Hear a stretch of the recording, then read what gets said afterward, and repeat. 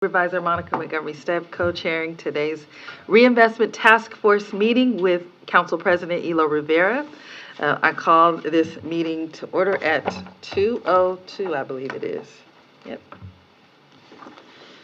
I think we're going to go around and have everyone introduce themselves, and we will start with Mr. Stephen Russell. We'll just go around.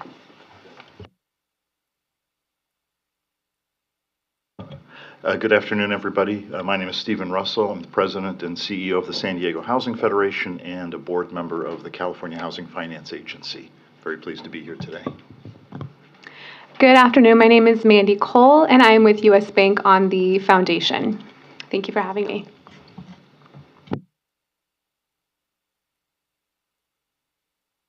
It's not on. Okay, sorry. Can you all hear me now? Yes. My name is Irene Guayo. I'm with IRC, SBDC. I'm a program manager, stroke center director.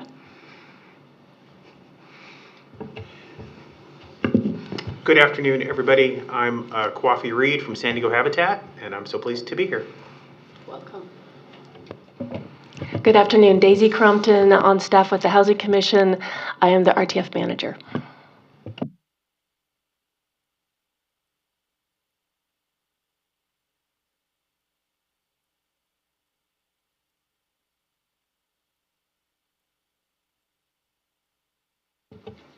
Good afternoon. I'm Emily Dang. I'm with JP Morgan Chase, and I'm with the Corporate Responsibility and Community Engagement team, and I cover Southern California. Good afternoon, everyone. My name is Sergio Caro. I'm with the U.S. Community Relations team with Citibank, and I cover the Southern California region. Good afternoon. Peter Armstrong with Wakeland Housing and Development Corporation. All right. Thank you, everyone. I'm Sean Elo Rivera, San Diego City Council President and representative of San Diego City Council District 9. Appreciate the quick introductions. We'll move on to item number 2, which is non-agenda public comment. This is an opportunity for members of the public to comment on items that are not on the agenda. Clerk, do we have any members of the public who have requested comment? We have none. All right. Thank you so much. Supervisor? Okay, thank you, Council President. In that case, let us move on to item number 3, which is task force member comments, and it's the time for any of our members to provide comments, news, or updates, anything that would be of relevance or importance to the task force members. Yes. So, good afternoon, everyone.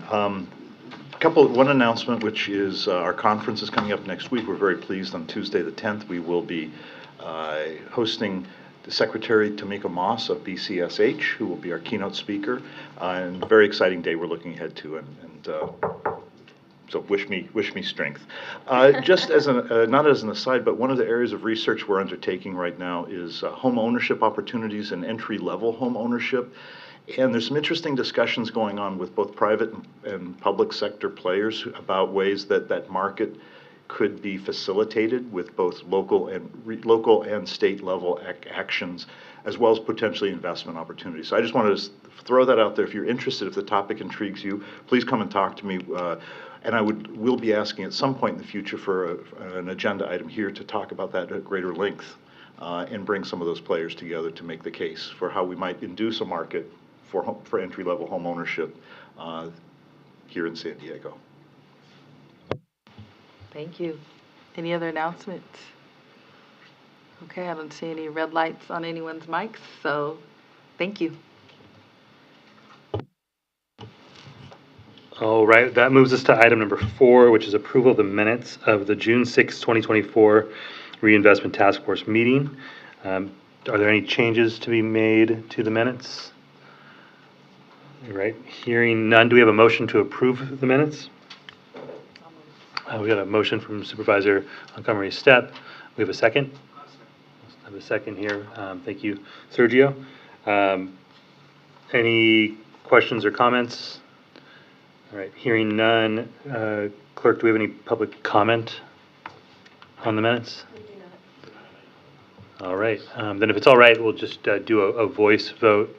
All those in support of approving the minutes from June 6, 2024, please say aye. Anybody opposed? All right, hearing none, that passes unanimously. Okay, moving on to item number 5. This is the staff report. Daisy, floor is yours. Thank you, and hello again, everyone. I want to kick off by welcoming our newest member. We have 2 members. Estela de los Rios, unfortunately, is unable to make it today, but she's with CSA San Diego, a fair housing agency that many of you may know if you're involved with CIDRAF, or the Fair Housing Conference that the Housing Federation sponsors. And Kofi, we're so glad to have you here, and had Karen representing you at the June meeting. But we've been working on this for a while, so it's great to have you. Welcome. It is great to be here. Thank you. Thank you.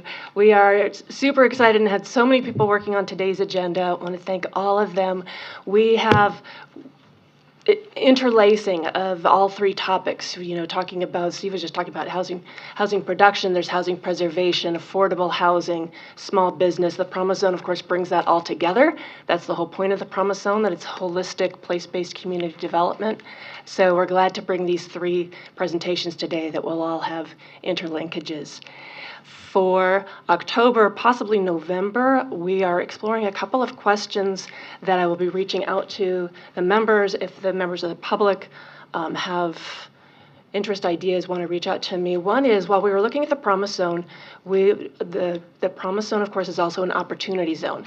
And then there are additional opportunity zone census tracts throughout the county. So we wanted to know, how's that going? They don't collect data on it. So there are a couple of folks that we've been reaching out to, talking to HUD. There's a presentation that they've done. But if you know of projects that you want to highlight, if at the financial institutions there are any specialists on opportunity zones that you can connect us with, that would be extremely helpful. So we're preparing that for this fall, along with examining the continuing devastating impacts of the flood and the displacement that folks, displacement, wealth loss, car losses, but we wanted to make sure also that there wasn't, predatory activity of any kind coming in the wake of the floods. So on that, also, those of you, especially out in the community, in the Promise Zone, Irene, I know you've talked about it too. We're trying to see what do we want to dive into when we bring that to the RTF. So we're preparing that for this fall. And then, of course, the end of the years always are the survey report. Thank you to the financial institutions whose teams all worked on those, submitted those. We're doing the analysis now, and we'll present that report at the end of the year. All right. Check. Steve had reached out to me about this, the production study that they're doing. We thought maybe a workshop either at an RTF meeting or offline, but everyone here is so involved in all that we want to take advantage of this resource to see how we can help with this study. And then last, sort of on a personal note, two people, friends and family really close to me, have lost money to financial scams this year. It is everywhere. If you've talked to me offline, I'm talking about it a lot. I'm encouraging people to talk about it because I really want to remove the shame around it, because you're a victim of a financial crime, right? So, but it's been so hard, even with these people that are close to me, they're so embarrassed to talk about it, but we need to know how it's happening so we can all prepare each other. So that's part of it. I reached out to Antonio at Wells Fargo because one of the victims' banks at Wells Fargo, I said, okay, what are the remedies? What are the steps? All of this, are there any remedies? And he said, yeah, this is something that we're watching too. We're doing workshops out in the community. So he and I started tossing around a few ideas, but it is so rampant. Once I started talking to my neighbors, hey, you wouldn't believe what happened. Oh, my dad did this. My friend did this. Another best friend, a third person, said, oh yeah, I got a text in the middle of the night before I was fully awake. I clicked on it and logged into my account and then realized what I had done, changed my password, called the bank. It's everywhere. And so here we come here and everybody's working so hard in the community, in their families, in their lives to build wealth, and you can lose so much in an instant. So this is not just issue for my family, or it hits everyone. So if you have ideas about how we might approach that or things that you guys would like to look at, please let me know. Thank you for that moment. All right, that's everything. On with the show.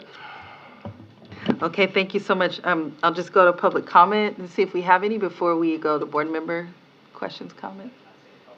Okay, thank you so much. Any board members with any questions or comments? Just a quick, I want to piggyback off of the predatory behavior and trying to stop that, particularly with the floods. I think overall there is a theme, right, in your comments, but particularly with those flood survivors.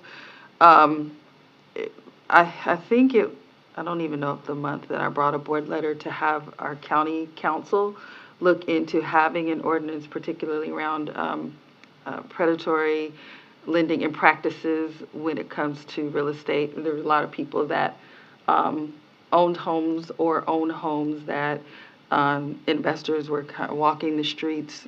So that should be coming back to the board in the next 30 to 60 days. So I will keep the task force abreast of what we pass or hopefully pass at the county in that vein, because we did see a lot of that activity and it was too late for us to do anything at that time. But I think this was a lesson for all of us. We have so much that we need to do to work together, and so I didn't want it to be lost in the conversation, because in the event that we go through this or anything like this, it could also be fires, it could be anything, that we have a social safety net in place that we did not have. So I just wanted to update you on that, and I'll continue to keep you all updated. Thank you. Thank you, Supervisor. All right, we will now move to item 6, which is an information item titled City of San Diego Affordable Housing Preservation Strategy. We have Wendy DeWitt and Nader Ho from San Diego Housing Commission joining us today. Just a little bit of background: the City of San Diego adopted an affordable housing preservation strategy on October 27th, 2020, which followed a year-long study. The strategy contains 7 action items to create a dedicated affordable housing preservation program.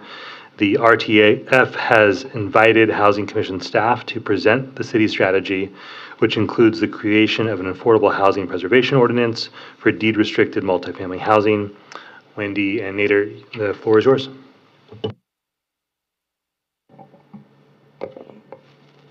Let's see, we have a PowerPoint. We'd like to get up. It's already loaded up into the computer and it was converted to a PDF. So if you want to use the clicker. Okay. There it is. Great. Is that on? Yeah. Thank you. Thanks for inviting us today to talk about preservation strategy. As was mentioned, the City Council has adopted a strategy, and we're here to give you an overview of what that is, some of the significant findings that came out of a study that the city performed, and then give you a snapshot of where we are, what's been implemented, and what the status is. So first, Nadir is going to give us a little background.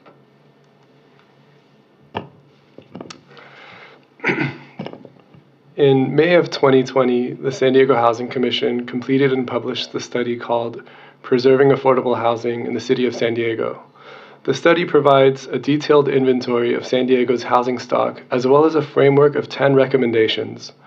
On October 27, 2020, the City Council adopted 7 actions to implement a strategy for affordable housing preservation, which included convening an interagency working group to establish preservation priorities and goal-setting methodologies, and a community preservation stakeholder collaborative, which continues to meet and helps implement the city's preservation strategy. In our very first public hearings on affordable housing preservation, it was apparent that people had different ideas of what preservation was, so we established definitions.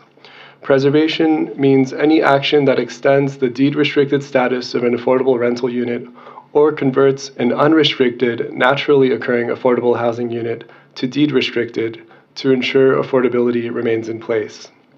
At risk means at risk of losing affordability, either because affordability covenants are about to expire or naturally occurring affordable housing units are at risk of being increased to market rate.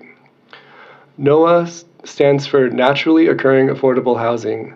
These are properties without restrictions that have rents affordable to households earning 60% or less of the San Diego Area Median Income, or AMI. The next few slides illustrate some of the significant findings of the preservation study that prompted the establishment of a preservation strategy. This visual shows how the study breaks down San Diego's housing inventory of 554,900 total housing units in the city. We focused on rental properties of 5 units or more, of which there are 163,650. We found that 14% of them, or 22,450, are deed restricted, and 86% are unrestricted. Of the unrestricted rental units, 63% are not considered affordable. But surprisingly, 33%, or 1/3, of all unrestricted rental units are renting at less than 60% AMI. So that means there's 47,850 rental units in the city that are NOAA units. This is a map of where deed-restricted affordable housing is located throughout the city. This bar graph is an analysis of San Diego's deed-restricted housing stock, showing both what has happened and what is anticipated. The future growth of the deed-restricted affordable housing stock in San Diego will depend on new production as well as the ability to preserve existing properties with expiring restrictions. The blue bars represent deed-restricted housing that is produced and online dating back to 1970. The gray bars are projected production levels assuming similar affordable housing resources of the last 20 years. The pink bars represent the expiration of deed-restricted affordable units. The net difference between production and the expiration of deed-restricted housing, if not preserved, is shown with the blue line. Between 2020 and 2040, it is estimated that 35% of all new production will simply be replacing the units whose affordability status was lost, severely limiting production gains. Between 2050 and 2070, at several points, we actually lose ground.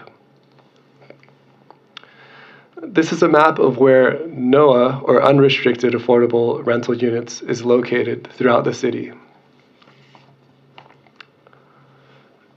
This graphic is an analysis of unrestricted unit affordability over time, which includes NOAA. Looking back 20 years to the year 2000, the majority of unrestricted multifamily rental housing was affordable to households earning 50% AMI or less, shown in the blue bars. But this has changed significantly and is projected to reverse to a majority of units renting above 80% AMI, shown in the gray bars, by 2040. Units with rents at less than 50% AMI become almost non-existent. Another major takeaway is the estimated funding needed for the preservation of units with affordability at risk of expiring over the next 20 years. The study estimates 672 units are at risk of losing their affordability each year. The estimated cost to preserve these units is $86 million in local gap financing per year, toward total preservation costs of $400 million per year. The 7 strategies approved by City Council are shown here. Actions 1 and 2 direct former redevelopment tax increment funds to preservation. Item 3 is the creation of a rehabilitation program that offers incentives to owners of NOAA to keep rents affordable. Item 4 provides seed funding using the former redevelopment funds to create a public-private affordable housing preservation fund. Action item 5 is to develop an affordable housing preservation ordinance, and action items 6 and 7 are to create 2 different stakeholder groups, one to set initial policies such as goal setting and priorities, and another that is community-focused and assists with implementation. The Preservation Collaborative helped organize the strategy action items into 2 tracks. 1, preserve deed-restricted affordable housing through an affordable housing preservation ordinance.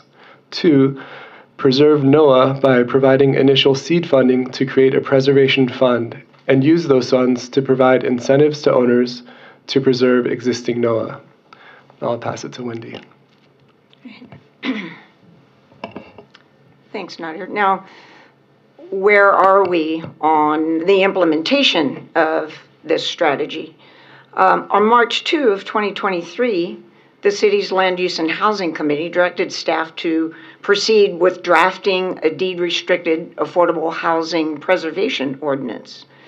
The ordinance should provide that owners, upon an intent to sell, provide a notice with a right of first offer and right of first refusal to qualified entities. Qualified entities should include both nonprofit and for-profit organizations and individuals. The general parameters for an ordinance were drafted and presented to 10 stakeholder groups who provided comments.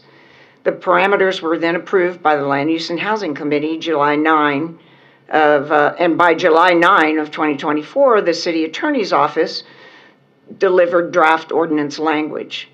The draft language is now being presented to stakeholders for review and comment.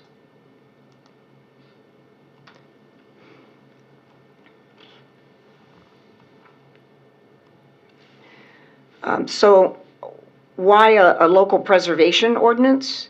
The study recommended that we expand a similar state law to cover the situation where deed-restricted housing may be sold prior to the expiration of covenants. It provides the opportunity for affordable housing providers to purchase the property and keep it affordable in perpetuity, reapplying and renewing subsidies that keep it affordable. It helps prevent displacement of residents from their communities and increases housing opportunities for persons of very low and moderate income. We've seen how conversion of affordable properties to market rate housing decreases housing opportunities in an expensive and limited housing market.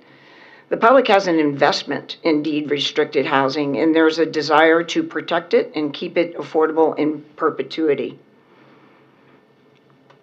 Qualified entities include public agencies as potential buyers, as well as tenant organizations or associations that have this experience. To give you a very brief overview of how the ordinance works, it applies to deed-restricted multifamily housing of 5 units or more.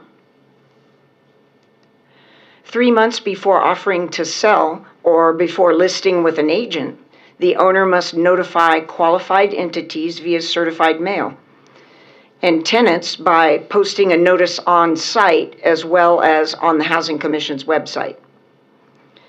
Qualified entities are certified by the state via a submitted questionnaire. This process currently exists, and a list of certified qualified entities is kept on a state website and will be used to verify qualified entities. Upon receiving a notice, the qualified entities can submit a letter of interest to owners, and then they have 60 days to make an offer to purchase. Owners don't have to accept the offer. They can reject it and go to market, but if they receive another offer from a non-qualified entity, they're required to notify any qualified entity whose offer was rejected and provide them the right to purchase the property at the same price and terms. If this happens, the owner is required to accept the qualified entity's offer over the non-qualified entity offer. All offers must be at market value. The owner is not compromised in what they can sell the property for. It means that if there's a qualified entity out there that can purchase the property at the offer price, that they have the opportunity to do so.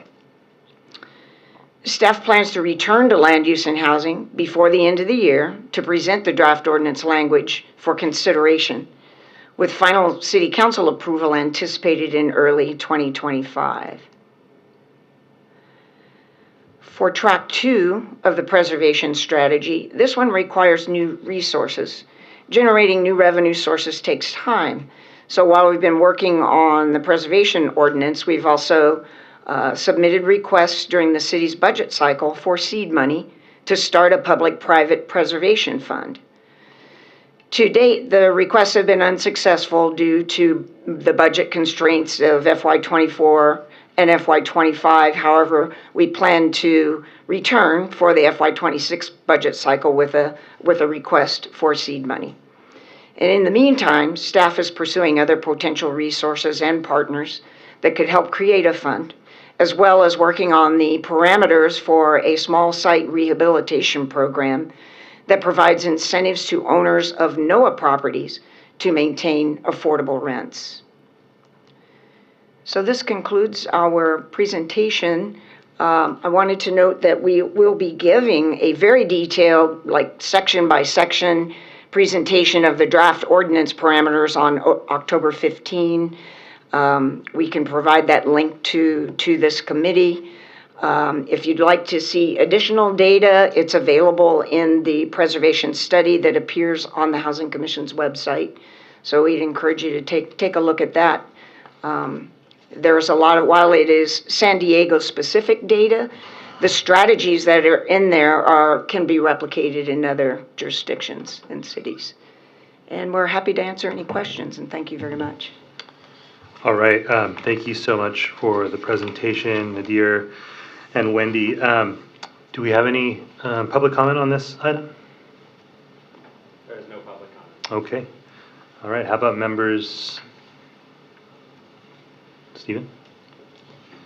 Well, first of all, I just want to commend the commission. That particular report has been one of the most useful analyses of housing in the city that I've ever seen. And I would hope that there, at some reasonable interval, we'll update it with more current information. But I think the illustration of how much of the naturally occurring affordable housing we've been losing, from 90,000 units in 2000 to 30,000 in 2020, I guess. It's a scary number, and I use that in almost all of my talks. If I go all over the city, talk to groups about affordable housing and naturally affordable housing, and people are shocked at what has been lost. And I think that's something that we have to center in all of this. So thank you for the report. In the past, thank you for bringing this forward. The other thing I just wanted to point out is that the order of magnitude of the financial commitment needed to address this is enormous.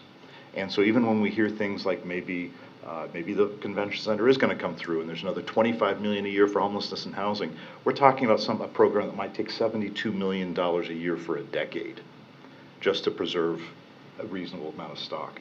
I think it's, while it sounds expensive, these are one-time investments that then preserve affordability for another 55 years. And so I think when you divide it down, it actually becomes quite reasonable. And I just want to put that in the context of we must be doing rental assistance, and we have to be doing it now because people are hurting. But as a long-term strategy, rental assistance is a year after year after year drain with no equity flowing back to the tenant or to an affordable housing operator. So I think we need to be mindful of the scale of what we're talking about here and not be afraid of it. That's one thing that I think we have always talked about housing in terms of the need is great, the need is great. This quantifies it in a way that gives us targets for actions we take are going to have to rise to the scale if we're going to actually make an impression. So thank you. I've continued to participate on this working group. I'm really intrigued by some of the, I don't know if I'm surprised there's no public speaking here. There will be at LUNH, I can promise you that there are folks who don't want to see their ability to transact properties hampered in any way. Mostly there's an asymmetry of knowledge that happens on a lot of these deals because these are not disclosed, they're not broadly advertised. Current players may not like that. So just be prepared for the fact that we have such a friendly group here today does not mean that LUNH will be similarly kind. So again, thank you for that work, and I've been pleased to be a part of that working group. Thank you, Stephen. Irene? So I just have a question for the presenters, and thank you so much for giving out the detailed information about preserving affordable housing. My question is, do you have data for the affordable housing, recurring affordable housing that were lost during the flood? Because I know that the floods affected a lot of affordable housing in the low-income communities, and I know that maybe those data are not in, but is there actions that the city is doing to make sure that those data are being captured? Yeah, you're right. That was a catastrophic loss of affordable housing that was not recorded in this study. It happened after the study was done, but it's a good example of what happens when someone's affordable home suddenly is not there anymore. It happens when older apartment buildings that people are living in now are purchased and converted to market rate. It has the impact of pushing them out. But the Housing Commission is involved in assistance with those residents. That is ongoing. And we don't, I know others at the commission do have data on the number of households. We don't have it here today, but we can certainly get that to you. Thank you, Irene. Yes, Kofi? Coffee? I'd like to also thank staff for putting this study together. From sitting on the other side of the table, I know how much work that can be, and I think this is going to be incredibly useful for years to come. Just at a high level, for those of us who might not be as familiar, could you give just an overview on the kinds of organizations that might qualify and who would be doing that qualification at the state level, just to sort of set expectations for us as to who might be a respondent to these kinds of opportunities, and to shape also our expectation around the kind of technical expertise that might be required to carry through on one of these deals? Great, thanks for asking the question, Kwafi. Qualified entity, it's defined in the ordinance, but basically it has to be an organization with a mission to own and operate affordable housing.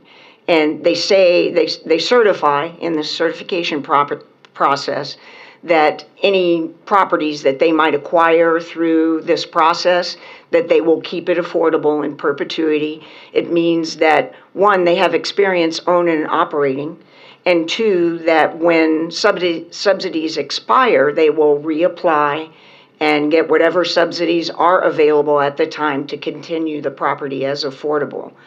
It can be, what we would naturally expect would be the nonprofit affordable housing developers and owner-operators that are out there that we continually partner with. Some of them are actually for-profit organizations, so that's possible as well. Some of the larger tenant associations, we may have, a couple in San Diego. I know there are many in other jurisdictions that have experience in this, but they could, if they have the experience, could become qualified entities. And if you're wondering if anyone is a qualified entity, you can go on to HCD's preservation page on their website, and it has a link to the list of qualified entities that have gone through the certification process. It also has the certification form that they fill out and submit under penalty of perjury, so you can see all the items that they would have to, the hurdles that they would have to clear. Sure. Briefly on that, there was discussion about whether at some point, whether it was limited to nonprofits or included for-profits. It does, in its current state, include both, but it is qualified entities who show a history of having produced, operated, or preserved affordable housing. And then the resistance that we heard, just to put a fine point on this, folks were concerned that this notification process with these timing notifications with bid, response, market, chance to second look, etc., made, of course, the process of purchase go long, perhaps reduce the desirability of people entering into these transactions. And some of us around the table were nodding our heads saying, yes, it will. Which is actually part of the benefit of having this in place, is that there is additional risk, or time lag, that becomes a little bit of friction in the transformation of NOAA into fully market rate housing, potentially. I mean, it's just a negative impact on the market was not a compelling argument for many of us who were sitting around the table. Any additional comments or questions? Peter? I mean, I think it's implicit or explicit, but where these naturally occurring affordable housing properties are currently located is highly correlated with low and moderate income census tracts. So I think that it is something that's very important for this group in particular, and we are seeing changes in the low and moderate income census tracts, where not exclusively, but a lot of people of color are currently residing. People are having a difficult time finding affordable rental housing of any kind. People are being doubled up. They're often living in, housing units that are not in great condition. And our communities are changing. The demographics of our communities are changing, and it's having an impact on the folks that are still there. So I guess I would, no fault to the presentation, but I thought maybe a slide that had like an overlay of the low and moderate income census tracts might be useful. I appreciate that, Peter. I'll kind of that's a good segue. As always, I think it's important to contextualize these data-rich conversations to what it looks like on the ground, what it means on the ground, the people who are impacted.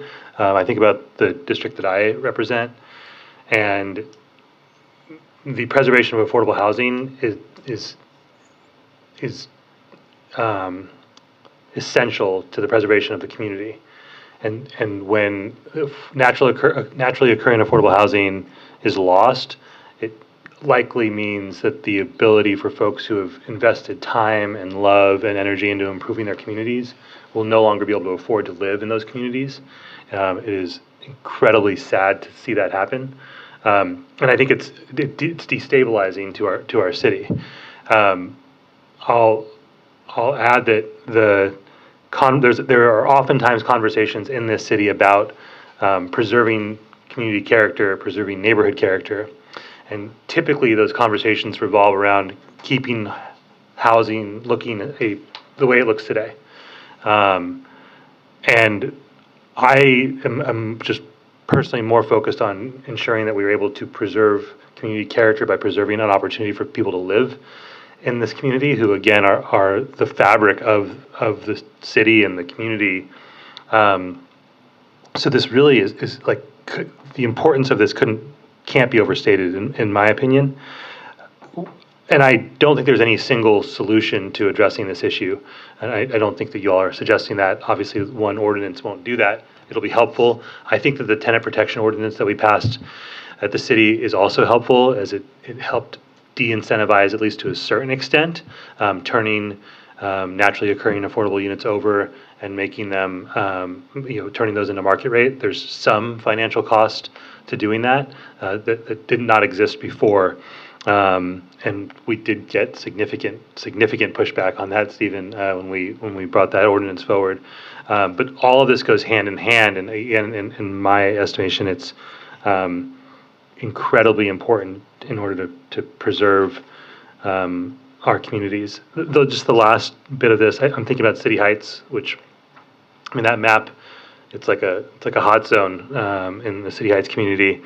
And there are really important parts of the city, really important communities within the City Heights community that are rapidly leaving City Heights. I think about our Somali community, and for almost 30 years now, the Somali community has been an incredible contributor to San Diego. Young folks who either arrived here at a very young age or were born here and have achieved incredible levels of success. By any estimation, especially when considering the odds that they are up against, are with more and more regularity moving to Minnesota and Michigan, and it's devastating to watch that happen. Young people who are being educated here in San Diego, who are going to San Diego State, earning degrees, are ready to contribute, and simply cannot imagine that they or their family members will be able to continue to afford to live here. And we lose that talent, and we lose everything that they have, all the roots that they have established here as well. So sorry to go on about that, but this is just incredibly important, especially for the district that I represent. So thank you for the presentation here. Supervisor, did you have anything to add? I wanted to make sure I didn't skip over you. No, I think most of it has been said. It's not. We need a lot of solutions at the table for this, and we should anticipate a lot of pushback because while our neighborhoods are changing, on the flip side of that, there have been many people that have benefited from the increase in costs in our region, right? So there will be naturally a pushback from that, and we just have to figure out how we're going to prioritize, and it is a question of political will and values and priorities. So, but no, that's all I got. Thank you. I did have a question for the banks who are here, and the first question is if a representative from the banks would be willing to take a look at the affordable housing ordinance and work with the Housing Commission to ensure that the ordinance will actually be able to work, that it's a workable ordinance, especially given the current state of the market, and thinking about what future conditions might look like. So I don't know if anyone from the banks would like to speak to that now or just be willing to follow up later with the Housing Commission. And a second question kind of for the banks here would be about your amenability to public-private partnerships such as the fund that was mentioned in the presentation. Stephen? I think one thing not to overlook in all of this too is the human capital side, that if we're going to create a level playing field where tenants really have opportunities to purchase buildings, tenants associations or other kinds of organizations, we could be making social investments now as well into helping create that infrastructure. I think Mr. Reed probably has more experience than anyone I know on tenant opportunity to purchase situations. It's complex, and you can't, on 45-day notice, pull together a building full of people to be potential owners. There's work that has to be done in advance. And I think that's work that we could be doing regardless of whether that $72 million a year is flowing yet. It's never too early to start building that social infrastructure. Thank you. Irene? I just that's a very good point, because I know that under qualification has to include people who have had experience. I just wanted to know what's a barrier to entry for anyone from those communities, because as we can see, most of those houses are located in low to moderate income. How is there opportunities of encouraging new associations, new people haven't run this housing to enter the market? Well, I think as Mr. Russell mentioned, we definitely need to do some capacity building. I do know that there are tenant associations beginning to adopt the land trust model. So we're starting to see that. I mean, properties can be converted to land trusts, but it needs to, like we were saying, the organization needs to have the capacity to do it, to be able to step in, make an offer on a property. So many times partnerships are created there between the tenant associations and other nonprofit or for-profit developers to come together, and it's kind of a good training ground to do it. But then suddenly there's more capacity and learning that can be shared in those situations. But I would call that capacity building, the partnership model. Kofi? I think I would simply offer, and Steve, I appreciate you referencing some of my experience with the Tenant Opportunity to Purchase Act in the District of Columbia. I think I would simply offer that if having tenants be a part of this process is a priority, there will be more conversations and work that will have to happen in order to make that successful. In the District of Columbia, where they have had this program for many years, there's an entire infrastructure and sub-industry that assists tenants in making that work, both before, during, and after the purchase. And so while I think it's a program that can have tremendous returns on investment, it does require that investment. Thank you. All right, well, I don't see any additional comments here. Thank you again for the presentation, and thank you for the engagement in the conversation. I hope there will be an opportunity for the banks to follow up with the Housing Commission staff and provide some feedback there. With that, we do not need a vote on this item as it's informational. I will pass it now to Supervisor Montgomery Stepp. Okay, thank you so much. We are going to move on to item 7 now. It is San Diego's 10-year promise zone, 8 years in, so we're going to do a check-in. We have speakers Amber Weber and Michelle Morano here. There you are, okay. From the City of San Diego's Economic Development Department, John Rios from the San Diego Housing Commission, and Bob Scheid and Kyra C. from Calco's Credit Union joining us. So with less than 10 years left, the City of San Diego's Promise Zone team and Economic Development Department, along with other investment partners, including the San Diego Housing Commission, will take measure of what's been accomplished, look at investments that have been made, and discuss unmet needs and opportunities for working together to harness the Promise Zone's resources and collaborations. So, Amber, go ahead and take it away. Very much. I appreciate the opportunity to meet with you today and provide this update on the San Diego Promise Zone.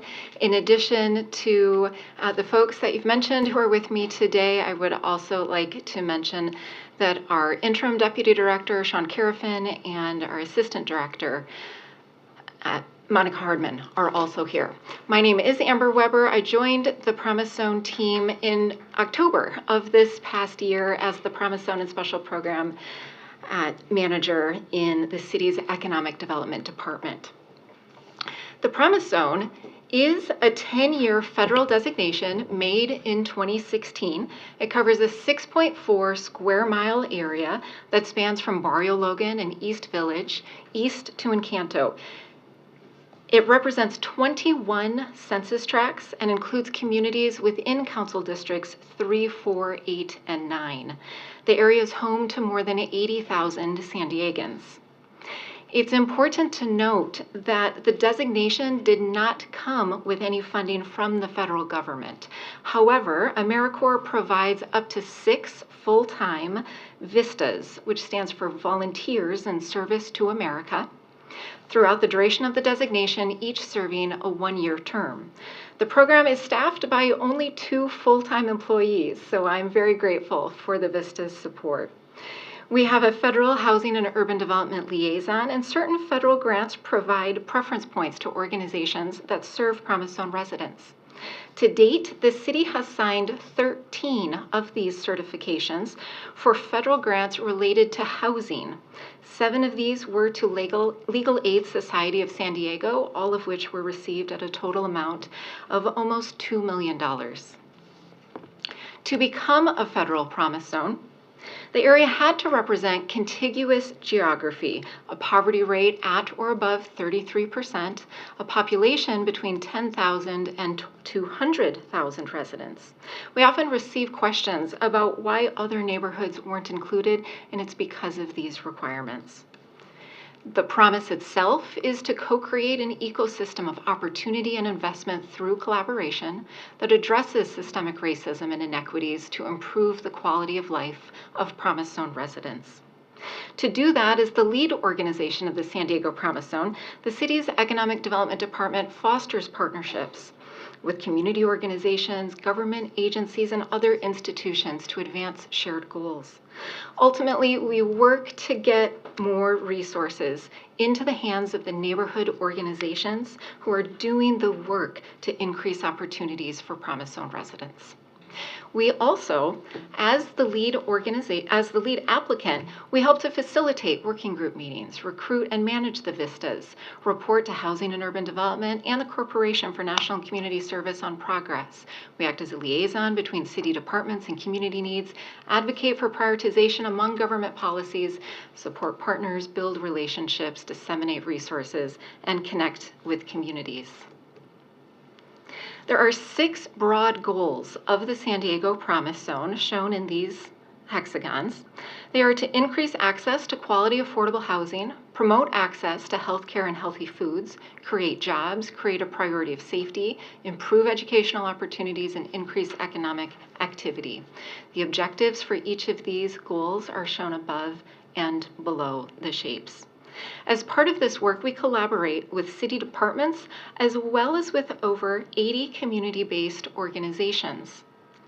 San Diego Promise Zone partners that have a signed MOU are shown here, although we do work with many additional organizations. And several of you on this task force represent organizations who are listed here and have been a part of the Promise Zone. Many of these organizations have worked in these communities far longer than the designation has existed. Over the life of the designation, reports from partners show that they have collectively pursued over 400 grant opportunities, resulting in over $170 million in funding.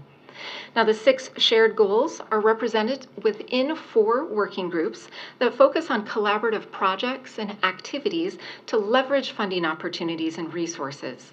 Typically, different organizations provide an educational presentation during the meeting, and partners break into small groups to advance those objectives. The co-chairs of the working groups, shown here, along with other key partners, are also part of a monthly steering committee meeting.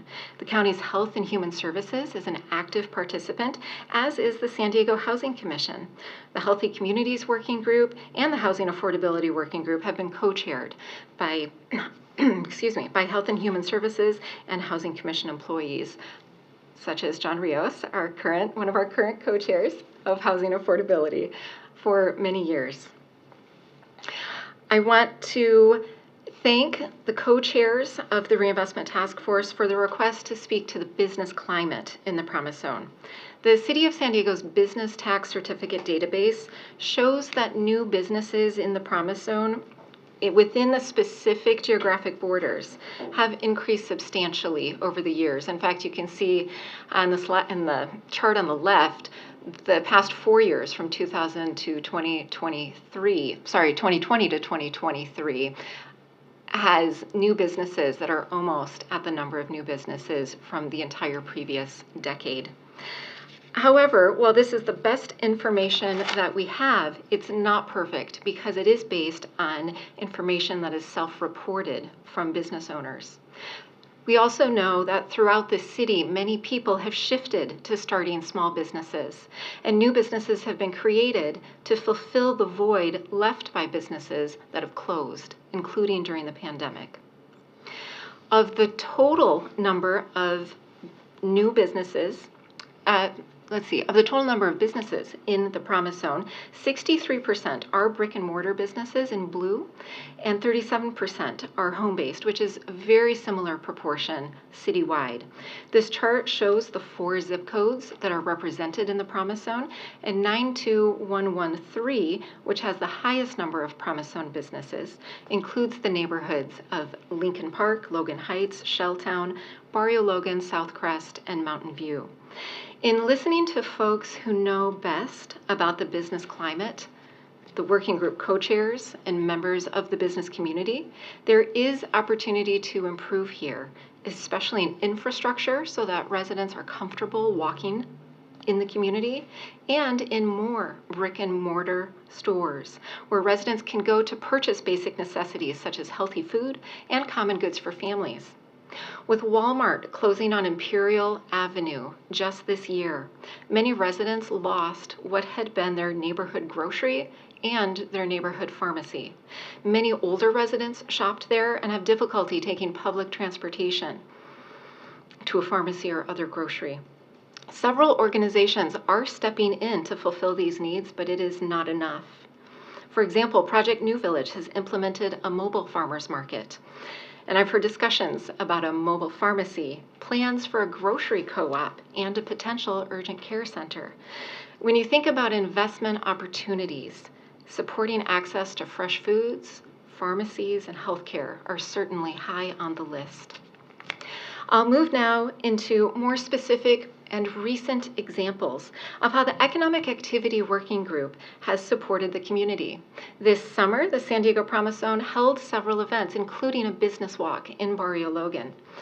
Business walks are an opportunity for city staff and volunteers to learn about local businesses through face-to-face conversations, build relationships, share resources, and help the Economic Development Department to better serve small business owners. The Chicano Park Museum and Cultural Center welcomed the volunteers and shared information about the community before the business walk ever began. And this photo shows the group of folks who participated in that. We had 26 people on 9 teams visit almost 80 businesses in Barrio Logan that day. Teams passed out resources from the city, Accessity, Cal Coast Credit Union, SBDC, Logan Heights CDC, and the Office of Congressman Juan Vargas. Volunteers from LISC, All for Logan, Harmonium, Logan Heights CDC, National University, Cal Coast Credit Union, and the District 8 Community Representative for Barrio Logan joined EDD staff and the Promise Zone team to participate. These particular photos were taken at Mujeres Brew House and Hayes Burger. While not everyone was available to talk, volunteers notated 58 distinct comments related to opportunities for improvement. The themes we heard most often were around safety issues, landscaping, parking, and cleanliness. Here are just a few photos of damaged and hazardous sidewalks in the Barrio Logan downtown business community. In that other category, decreased foot traffic also came up with a desire for more community events to be held in Barrio Logan. In fact, the most positive aspect about owning a business in the neighborhood was everyday people of Barrio Logan and the feeling of community that it has. Overall, the reception from business owners was very positive, as it was clear that they care about their business and the community, and they want to see them thrive. This summer, the Promise Zone's Economic Activity and Housing Affordability Working Groups hosted a cooperative convening, or Co-op 101. This was an opportunity for folks in the community to begin learning about worker, food, and housing co-ops, as well as community land trusts. Enough interest was demonstrated at this event that we held a second cooperative convening on July 31. This one was over Zoom and featured 2 speakers specifically about worker co-ops and co-op conversions. The city's Economic Development Department has recently received inquiries from community members interested in starting a baking co-op, food co-op, artist co-op, and community land trusts. As a result, the department is in conversation with another California city to learn how they are making co-ops a more accessible business ownership option. Now, in 2022, before I joined the department, a map of banking services in the Promise Zone was created. It included bank branches, ATMs, money transfer services, cash checking services, and alternative lending services. The analysis shows 22 ATMs and 4 banks, 2 in East Village, a Bank of America in Southcrest, and a Wells Fargo in Encanto, both of which are a little hidden, those 2, by the yellow dot that's right in front of them. Please note that there is a lack of ATMs east of the 805. The closure of the Walmart in Logan Heights that I mentioned also affected residents in terms of losing an ATM. In researching which banking services still exist in the Promise Zone, it appears that 4 ATMs have gone out of service and 2 have been brought in. 2 bank branches have been added, one in East Village and Cal Coast Credit Union's Financial Wellness Center, housed within the Logan Heights CDC, and Cal Coast will speak more about that in just a few moments. I am happy to be in front of you all since there are banking experts in the room so that I can ask what updates or locations we're missing and to what degree these graphics represent how you're serving the needs of the community. What we've consistently heard in working group discussions is that banking is scarce and inaccessible to members of the community. Many residents are unfamiliar with banking as a standard practice because the city, other government agencies, and banks have created a trust deficit over generations, most notably through policies such as redlining. When there aren't nearby banks, online banking becomes essential, but that requires having reliable access to the internet. When it comes to broadband internet access, according to census tract data from 2017 and 2022, the percent of Promise Zone residents who do not have internet access has decreased substantially. Those who do not have a computer at home has decreased, and those who use their smartphone as their computing device has more than doubled. Although this slide is specific to the Promise Zone, the increase in internet access is not unique to the Promise Zone, but is region-wide. Additionally, SD Access for All has prioritized the Promise Zone in providing broadband internet access in public locations, has made laptops available at public libraries, and offers hotspots at libraries to check out. SD Access for All also provides low-cost computers, free classes, and free one-on-one tech support to residents. Partner organizations are requested to report on grants received that benefit the Promise Zone community. Some organizations focus on government grants, while others prioritize private grant opportunities. Over the years, 12 organizations have reported receiving over $5 million in grants from 30 banks or bank foundations listed here. The list does not include funding from Cal Coast Credit Union that they've provided through their city grants. Because not all of the organizations consistently report, we anticipate that these figures are underreported. A particular bank investment of note occurred in 2019 when $3 million was awarded to San Diego Workforce Partnership, funded by a JP Morgan Chase Advancing Cities grant. Other notable banking grants include a $500,000 grant in 2023 from First Citizens Bank to LISC, Local Initiative Support Corporation, and a $250,000 grant from U.S. Bank Foundation to Accessity. JP Morgan Chase, First Citizens Bank, U.S. Bank Foundation, Union Bank, Wells Fargo Foundation, BMO, and Bank of America have all been reported by organizations as providing over $100,000 to Promise Zone partners. Again, that does not include Cal Coast partner grants through the city. So now it is my great pleasure to invite Bob Scheid and Kyra Say from California Coast Credit Union to speak for a few moments about their investments in the Promise Zone.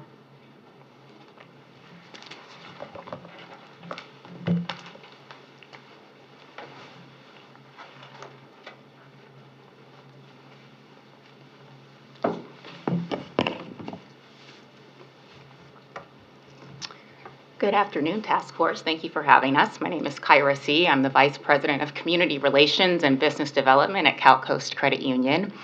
And today we just want to briefly talk about the why behind our work in the Promise Zone, the why behind our commitment to financial inclusion. So at Cal Coast, we have what we call the values-based strategy. And essentially what that means is that at the heart of all of our work, we understand that financial inclusion is a responsibility, not just a goal for our credit union. We know that financial well-being is really the foundation upon which families and individuals are able to build a brighter future. And yet far too many families and individuals do not have access to the financial tools and resources that they need to do just that. And that's really why our partnership with the City of San Diego is so significant.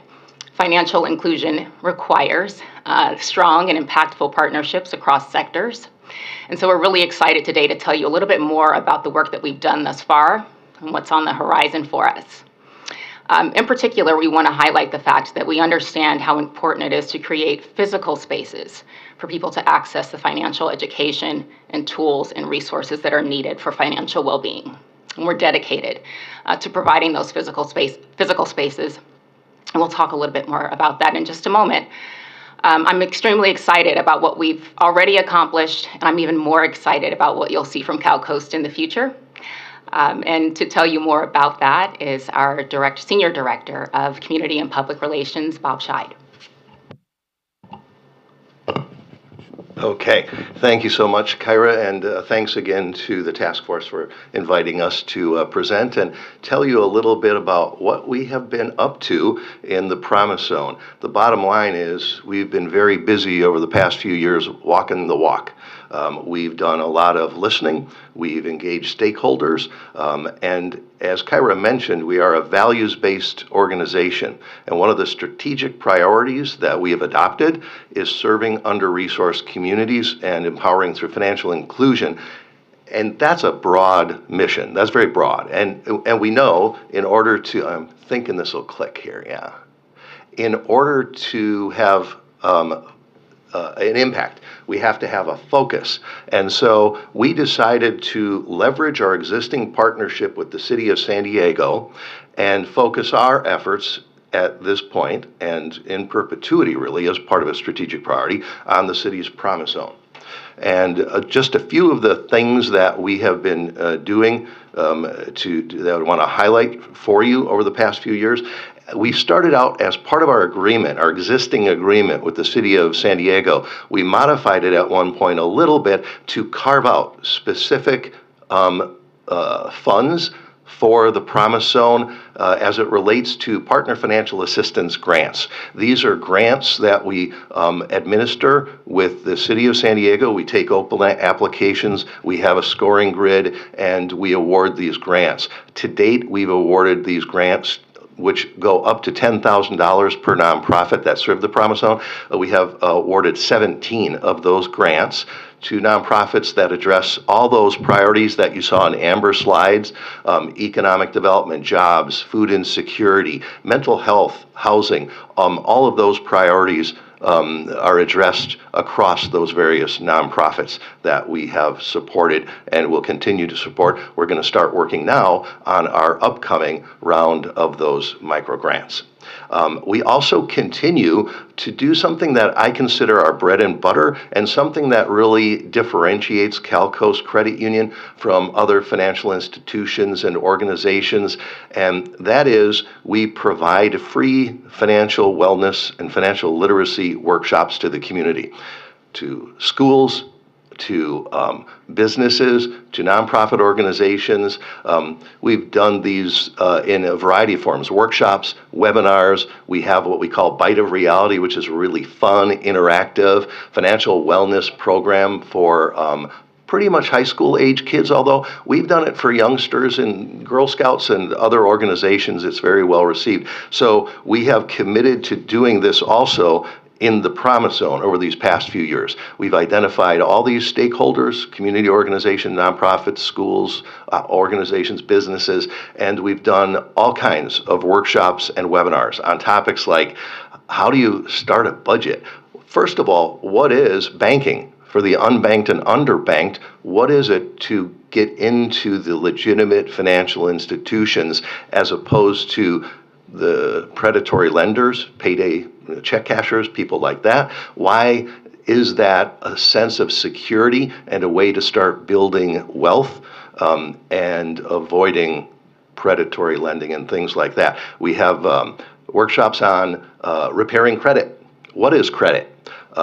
And through a lot of these workshops, we find out what some of the obstacles are, and Amber related one of those, and it's at the heart of the challenge of acting on this priority, and that is trust, building trust. There's been years of systemic obstacles intentionally put in the place of many of these, if not all of these, marginalized communities. So we understand that we had to build trust by being there, feet on the ground, part of the community, not just writing a check and walking away, but really investing our time, resources, and people in the Promise Zone. Another way that we've been able to do this is we established a financial wellness center within the Logan Heights Community Development Corporation building on Imperial. This is on the, yeah, I know, I think that slide disappeared, sorry about that. But the Financial Wellness Center is a free drop-in spot on the second floor of Logan Heights Community Development Center where people can make an appointment or just drop in and ask us any questions they might have, from I've never even created a budget to what is credit to why was I denied because I had bad credit, and what do I do about it? How do I open a checking account? There are some very basic, and then we go up to some more sophisticated workshops that we provide, and one-on-one coaching. Again, at the Financial Wellness Center at Logan Heights Community Development, we are working on plans to establish another financial wellness center within the Promise Zone and serving residents and businesses within the Promise Zone. And then we also partnered on something that I'm particularly excited about and we want to do more of. And that is partnering with nonprofits on grants that are provided by the Federal Home Loan Bank. And the grants require a financial institution partner. And so we help develop the grant application with nonprofits.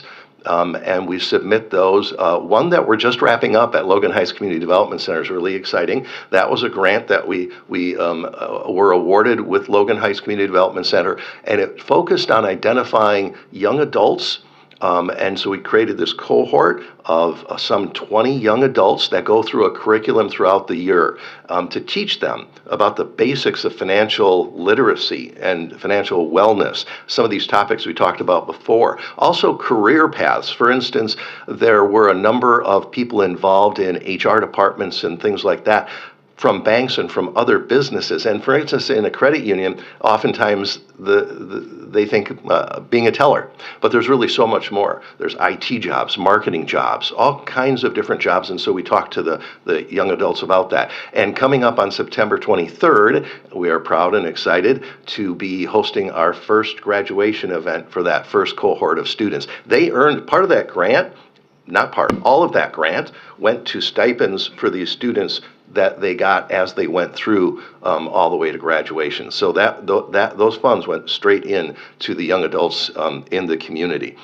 We are waiting, I think it's late October, we've been told now that the Federal Home Loan Bank will let us know if another HEAD grant that we've applied for with the Sherman Heights Community Center is going to be awarded. We're very confident in that one. We're looking forward to that one. And then finally, the big item. This is a tall order, and we're really proud. You may have heard we're going to be opening a branch in the Promise Zone, a brick and mortar branch. And as Amber showed you, the Promise Zone is something of a banking desert. And we understand why that is, but we want to be a part of changing that. And we hope that by leading by example, other financial institutions will come into the area as well. Other businesses will see what we're doing and say, we want to do that too. We play well with others. We want everybody to help us all achieve our common goals and serve our common values. And as part of this branch, which is in development, we are hosting some listening sessions. We already have done some. Because again, we don't want to just show up and say, trust us, we're here, we're going to help you. There's too much of a history there. So we're extending that listening that we've been doing over the years to specific listening sessions, asking, what do you want in this branch? What do you want it to look like? What are your hopes and expectations so that we serve the community in the way that they expect and want us to serve the community? So those are some of the highlights of what we've been up to. And the one thing that I don't have on that list that really is the most important of all, and it underpins everything that Amber talked about, Kyra talked about, and I just went over, and that is feet on the ground. And again, we are committed to resources, not just financial and in-kind, but staffing resources to really be engaged in the community, be a part of the community, be present in the community. And again, always working on that trust and showing that we've earned that trust. And And I thank you for this opportunity to share with you what we've done. We are very proud of it. We know we have a lot more to go, and as Kyra said, that excites us even more. And we welcome, following on this, your input too. We are having listening sessions, but the task force, if you have questions, comments, insights, want to share what your hopes and expectations are as key stakeholders, we welcome that as well. So again, thank you so much for this opportunity. Thank you very much. We'll turn it back over to Amber, I believe, and John.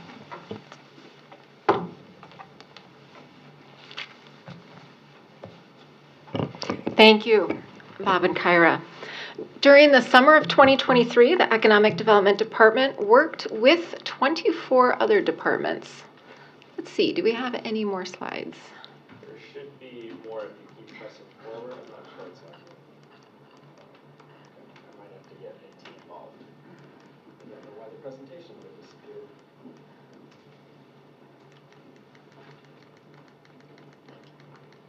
We broke it, Amber. I'll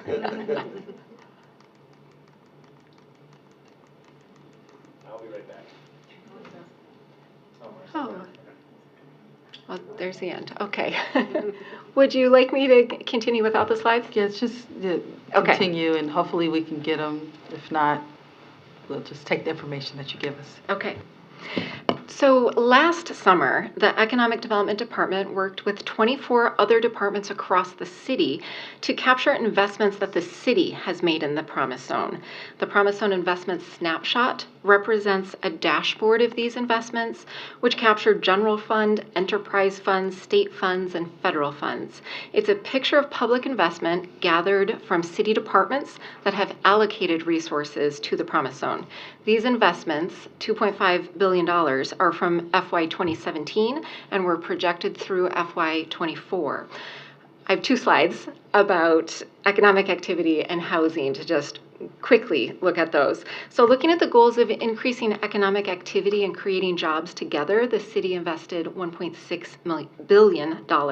This includes $1.5 billion in public and private infrastructure projects, which include capital improvement projects from public utilities and transportation to parks and recreation. $45.5 million in direct funding has benefited 1,000 area small businesses and nonprofits, and nearly 40,000 low and moderate income, or LMI, residents have been assisted by area nonprofit programs. Many of those have benefited from internal preference points offered to Promise Zone businesses and nonprofits. $78.3 million from TOT revenues and tourism marketing district revenues were generated by area hotels. Over 1,300 permits were issued to private parties for building projects, and this photo shows representatives at the time from the city, Cal Coast Credit Union, and Promise Zone partner Project New Village receiving funds to support healthy food access in one of the first grants provided. $159.5 million has been invested to provide access to quality affordable housing. This includes $87.5 million in direct funds to create over 3,700 new affordable housing units by 2028, and through the Affordable Housing Revolving Loan Fund to rehabilitate 367 rental units for extremely low income and housing insecure residents. Another $72 million in direct funds supported over 2,500 LMI renters, homeowners, and first-time home buyers to receive fair and affordable housing, legal services, rental assistance, home repairs, and down payments. I'd now like to introduce John Rios, Director of Integrated Strategies at the San Diego Housing Commission, and again, one of our co-chairs for the Promise Zone's Housing Affordability Working Groups, to discuss housing investments in the Promise Zone. Thank you, Amber. My name is John Rios, Director of Integrated Strategies for the San Diego Housing Commission. I currently serve as the co-chair for the Promise Zone Housing Affordability Working Group and has served in that capacity since joining the commission around May of 2021.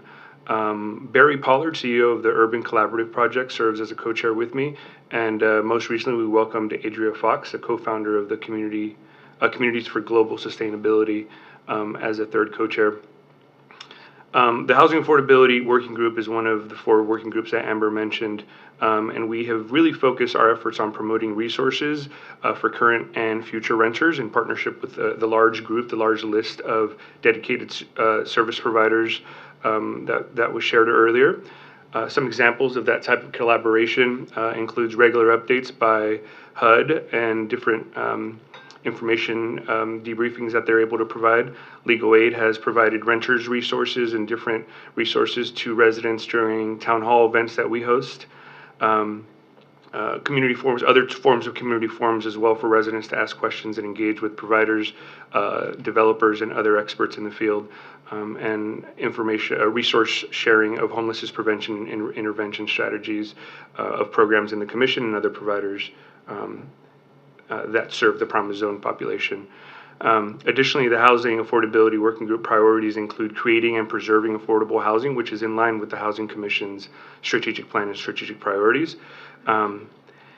And some activities to support this goal includes the City Economics Development Department provides regular updates on the City San Diego budget and how housing and homelessness are prioritized.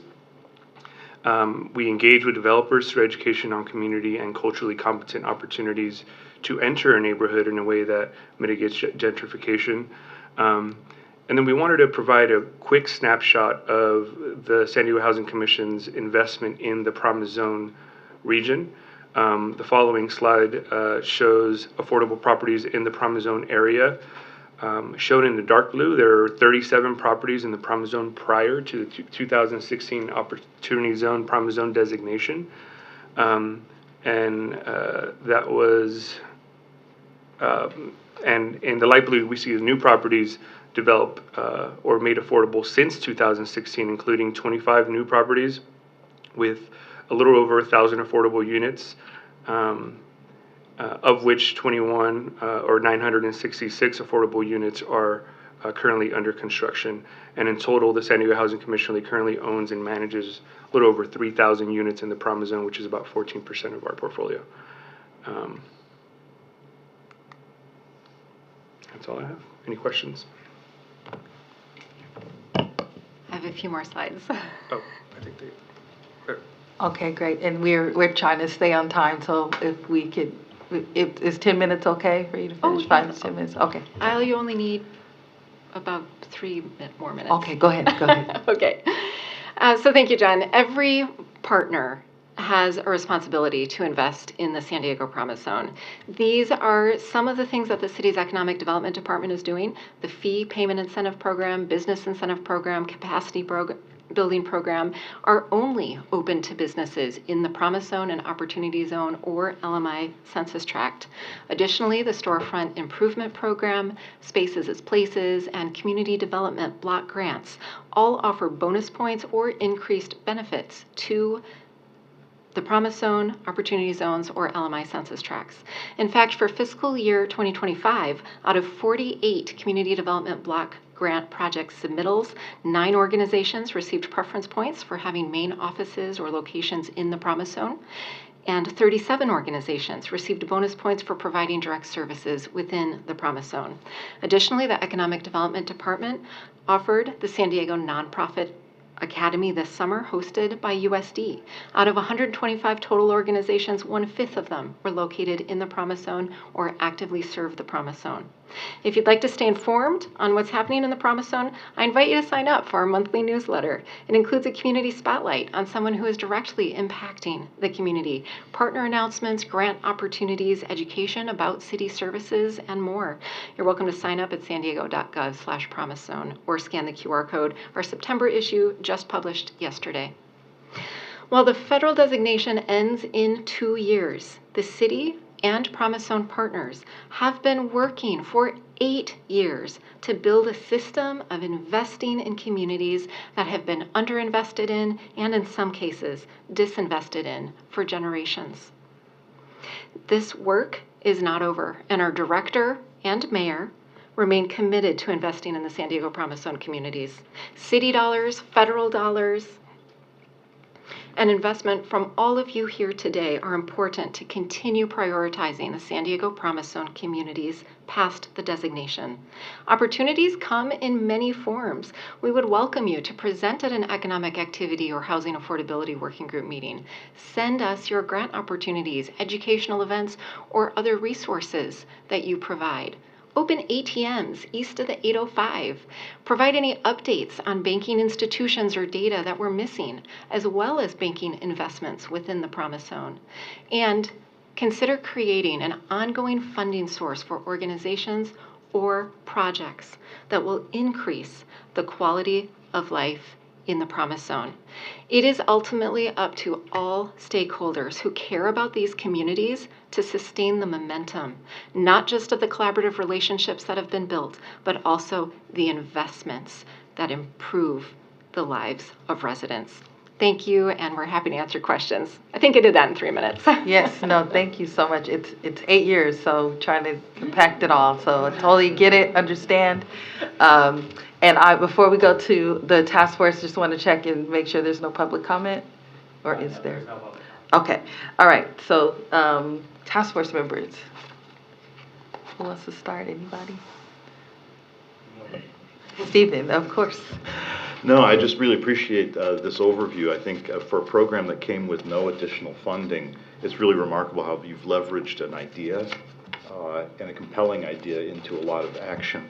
And that's something that harkens back to those of you who are around late 80s, early 90s, our neighborhood revitalization teams that the city put together using existing resources, where you actually had a community service center where you had someone from city planning, you had someone from DSD, from the police, from economic development, from Parks and Rec. Then they were literally co-located in a space so that they would do collaborative problem solving with the community.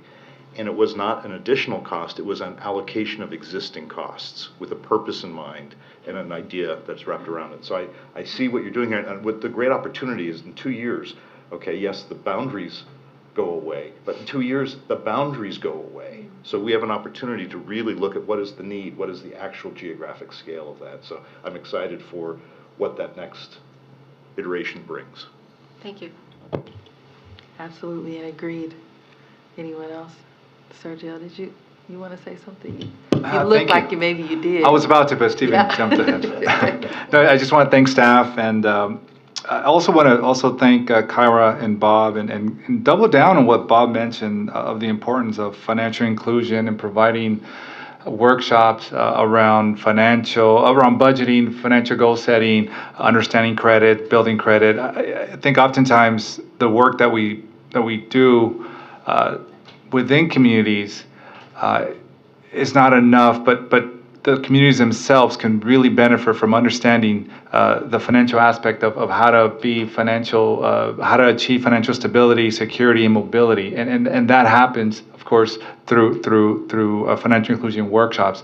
I would also invite you to reach out to the San Diego Housing Commission Achievement Academy. They also offer a lot of different financial literacy workshops on many different topics, and Stephanie Murphy and her team are wonderful folks. Of course, Daisy, counterpart, can continue on these workshops as well. So there's always room for other participants to collaborate.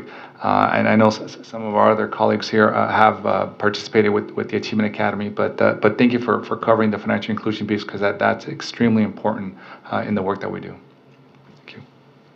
Thank you so much. So I just, I want to say thank you as well. Just have some quick observations.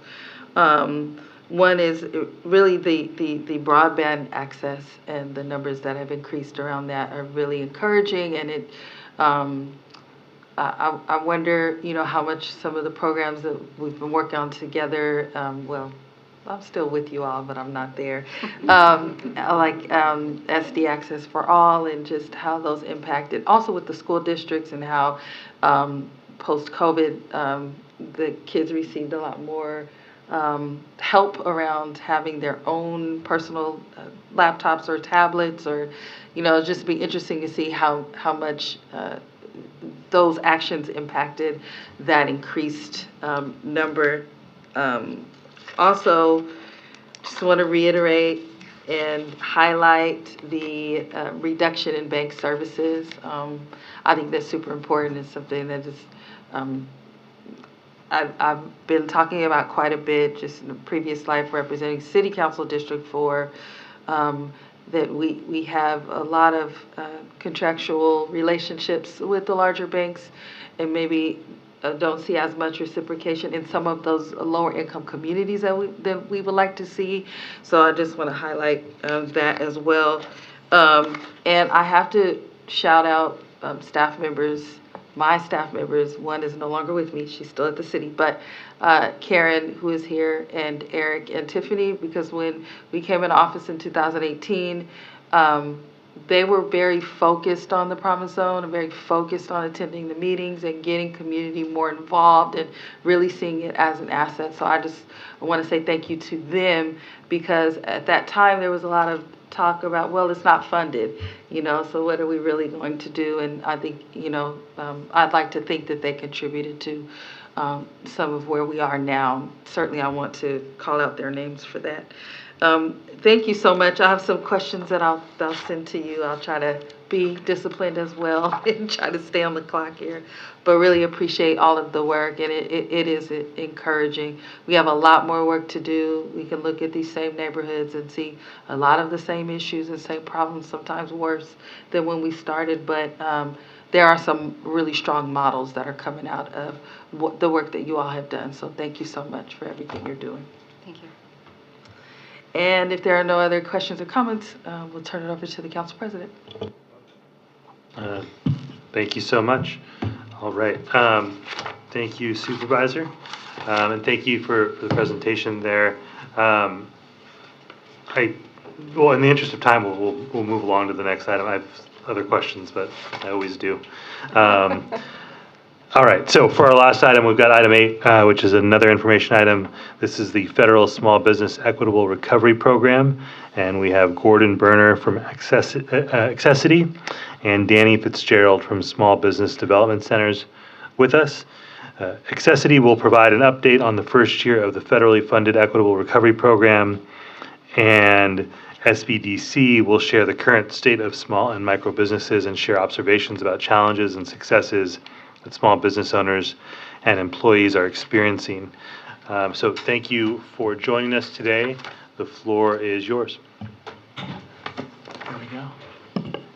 Good afternoon. Thank you so much for the opportunity to talk here. As many of you know, I was a member, it feels kind of like old home week here for me. I was a member of this Reinvestment Task Force for about 12 years back in the Jim Bleisner days, et cetera. But listening to all these incredible discussions about some of the things we talked about 15 and 20 years ago is really amazing, and et cetera. I also wanted to call out Monica for, I wore my Accessity orange today, but she won the prize. She did the Accessity orange and green. You got that 4th district still going. Thank you. I appreciate that. So again, while it may feel like old home week, me being here, there's actually a reason I'm here, and that's because our CEO, Elizabeth Schott, who we all know and love, and you all know and love, and has been our CEO for 21 and a half years, I'd say, give or take, if my memory's right, has actually transitioned from Accessity. As some of you know, Elizabeth's been out on a leave of absence, dealing with some family situations here for several months, and after extending the leave of absence one time, she's now made the decision to honor the one thing that's more important in her heart than Accessity, because there's only one thing, and that's her family. So she's going to transition to that, and so you're stuck with me today. So, with apologies. But I should disclose also that in addition to having been on this board for 22 years, that actually Irene is one of our newest members on the board as well, just for full conflict of interest and full transparency, if you will. So with that said, most of you know exactly who we are, what we do. Probably the quickest highlights of that slide would be that we do startups. So we not only do micro lending, but we actually do the startups. So we're taking them, when they're still in vision state at that high risk piece. The other piece that's important to know is we sit in the middle of the Promise Zone, literally in Market Creek Plaza, as you know, and actually in the JCNI building, which some of you know just transitioned as well just here this week, is going to be owned now by San Ysidro Health. And I'm pleased to announce as of yesterday that San Ysidro Health did commit to honoring not only the leases, but the options that went with the leases for tenants such as ourselves, Accessity, who's the largest tenant on the 2nd floor in the building there. So that said, I've I've got some statistics thrown up there you can run through really quick, but again, short version, in 30 years, we put about $85 million on the street.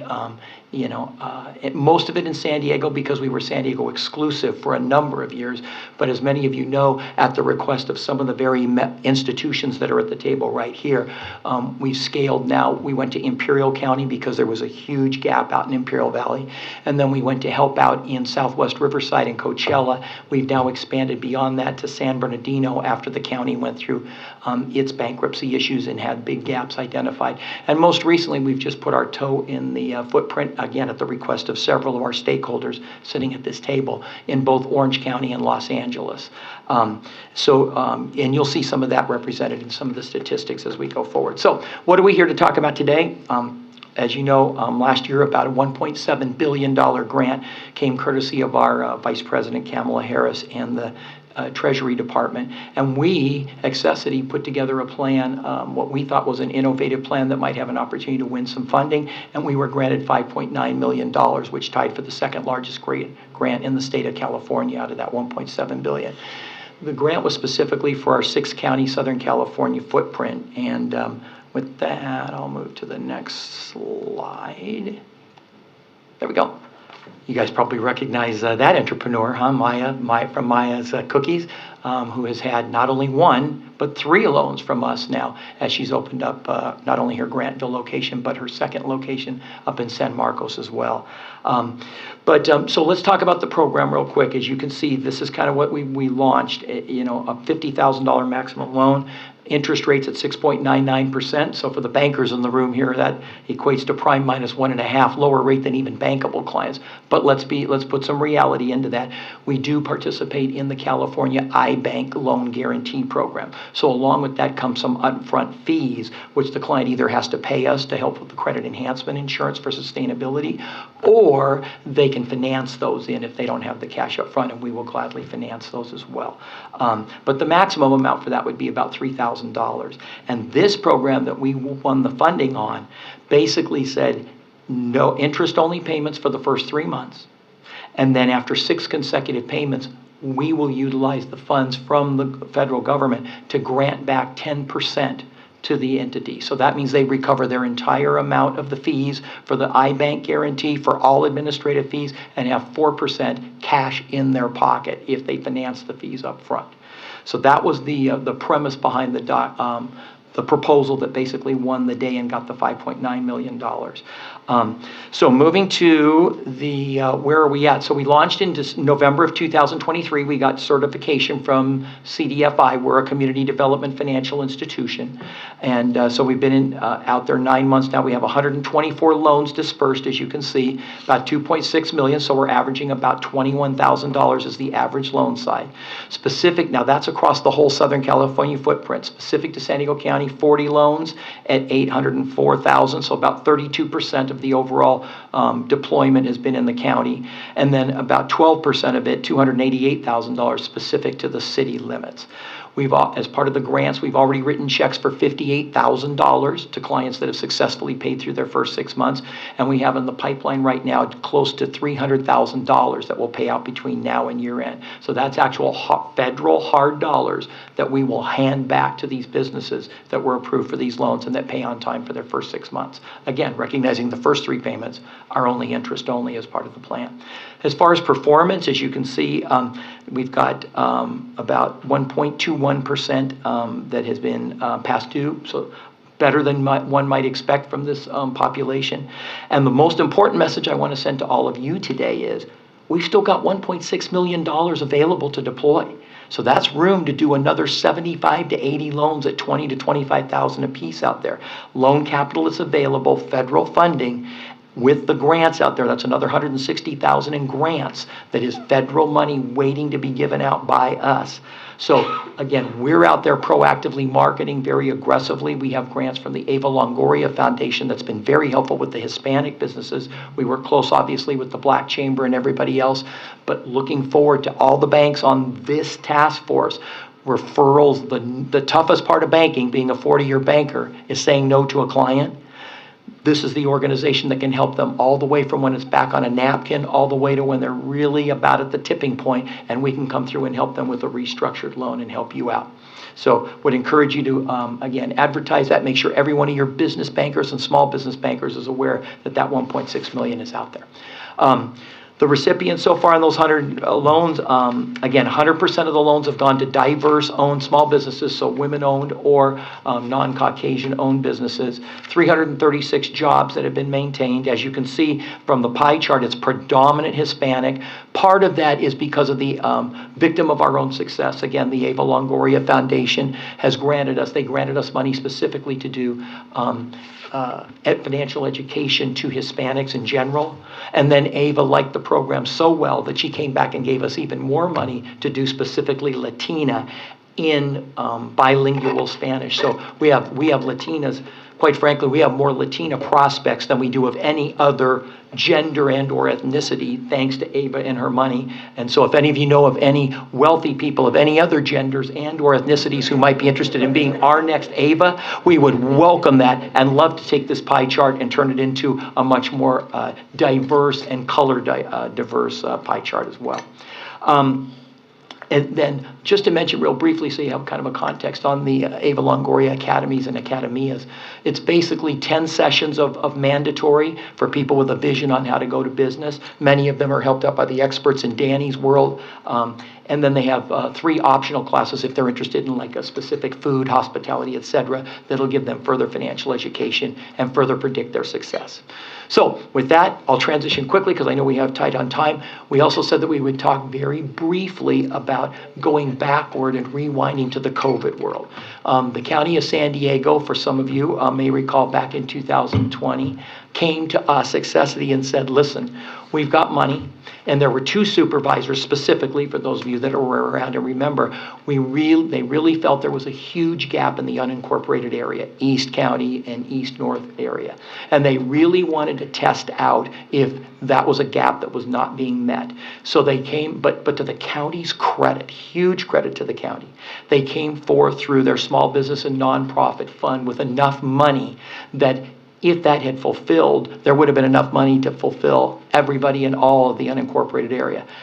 To their even further credit, after about 4 months, when we saw a bit of a plateau and realized from some outreach from those supervisors' offices themselves that there actually was no more demand out there. I mean, literally at town halls of anybody interested. And when that interest started to wane, the county was smart enough to pivot and worked and opened the fund up countywide. And at that point, we took it to a whole new level as far as how many loans and where we went with that. So again, this was kind of, this is not an offensive program like the one we just talked about, where we go to the federal government and say, this is what we can do, give us the money, let us bring it to San Diego and make San Diego great. This was a defensive program from the county of, we've got a lot of businesses. We don't know how bad COVID's going to be to them, but we know that there are a lot of them at risk of going under, and this is a community sustainability program. So this is actually the original flyer. For those of you that have been around for a while, you remember that Accessity used to be part of the Axion network. We were one of the 5 licensees going back 30 years ago. This was the original program that was for the unincorporated area only, which again, the county allowed us to expand to the county-wide. But this was with help from the San Diego Foundation, a tremendous example of a trilateral public-private partnership. With the subsidy from the county, the subsidy from the San Diego Foundation to help out with credit enhancement insurance, and with our willingness to see that as a low-risk opportunity and a savior opportunity that needed to happen defensively, we took and agreed to do the loans at 1%, which is obviously below our cost of capital, no surprise to any of you. And the 3 of us together worked toward this program that basically is no payments for the first 6 months, loans up to $50,000, fixed rate guaranteed for life of loan at 1%. Not often you're going to see that kind of a program, and I hope we never have to see it again, because I hope we never have a pandemic that hits us with that much uncertainty again. But that said, we do know how to do it again if we ever did have another pandemic of that size. So what does it look like so far? 178 small business owners that we've talked through the process. Some of them have chosen to pause, and pause is an important word. You're going to hear from Danny here in a couple of minutes or so, as well as to where the state of the world is right now with small business lending. But we put those 178 through consultation, education. 157 of those 178, we ended up making loans to. We either refinanced existing debt, made new loans to give them working capital, or to allow them the ability to build out their restaurants into the streets when that was going to be allowed in order to sustain their business or grow their business, etc. As you can see, we deployed over $5 million thanks to the work of the county and the San Diego Foundation. Average loan size was $32,000. So as you can see, even on defense here, a little bit higher than our historical average of $20,000 to $22,000. These were companies truly in need. Some of this money went to fund payroll. Some of this went to fund the kinds of things that kept the lights on, paying past due rent to make sure that the REIT that owned their strip mall didn't shut down their business, etc. So again, money well spent. Before I turn the page, another one of our examples, Tim Parker from Chula Vista Brewery right there. I'll leave that with Tim because we're going to talk a little further about Tim as we get further in. So let's move to the next slide for the performance of this fund. Nobody knew what to expect. I mean, the county, the foundation, and Accessity, we all sat in the room and said, what could our loss percentage be? I mean, we looked at some of the models around the country. The Treasury Department in Washington, D.C. was basically indicating that the losses might be expected to be anywhere from 40 to 45%, so almost half of these loans could go bad, which is part of the reason that the San Diego Foundation putting up the credit enhancement insurance was so important to being able to get this $5 million out on the street to these 176 businesses. At the end of the day, if you look at this chart, you can see out of that $5 million, $4 million of that money has been repaid now. Out of that, we've had a 1% loss ratio. We've lost a grand total of $49,650 out of that $5.1 million that was put out on the street. Now, I'm not going to lie, we've had to handhold a number of businesses. There are a number of them that were on the brink of bankruptcy, and we literally had to modify their loans and put them on interest only, which again, banks don't have the flexibility from a regulatory standpoint to do. We do have that flexibility to do that, and we did do that when it needed to be done to ensure we could get $4 million of this $5 million back and to try to minimize losses down to just the 3 loans that have gone bad so far. Again, huge success. Nowhere else in the country that we're aware of that has loss ratio like this coming in off of a COVID loan defensive program. As we sit today, as you can see, our delinquency is 31 basis points. Every bank in this room would salivate to have 31 basis points in delinquency, and these were defensive loans to save businesses that were otherwise going to go under. Half of them, they used the money to make the payroll and save the jobs that were going to go down. So again, huge. I can't say enough about the county's work here and collaboratively bringing in the San Diego Foundation that inspired us to be willing to do it at 1% and to make this program truly what I believe will be a national example at the OFN conference and at the CDFI conference down the road. And thank you to all the banks that have invested in us so that we can cover our fixed overhead as well, because most of the banks at this table have definitely done that, as you heard in Amber's example from some of them. So next slide, kind of moving forward, 790 jobs created and retained so far. 66% of these loans, which again, these were defensive loans, so they went to anybody. It was color blind, it was gender blind, it was ethnicity blind, it was save the businesses, save the jobs.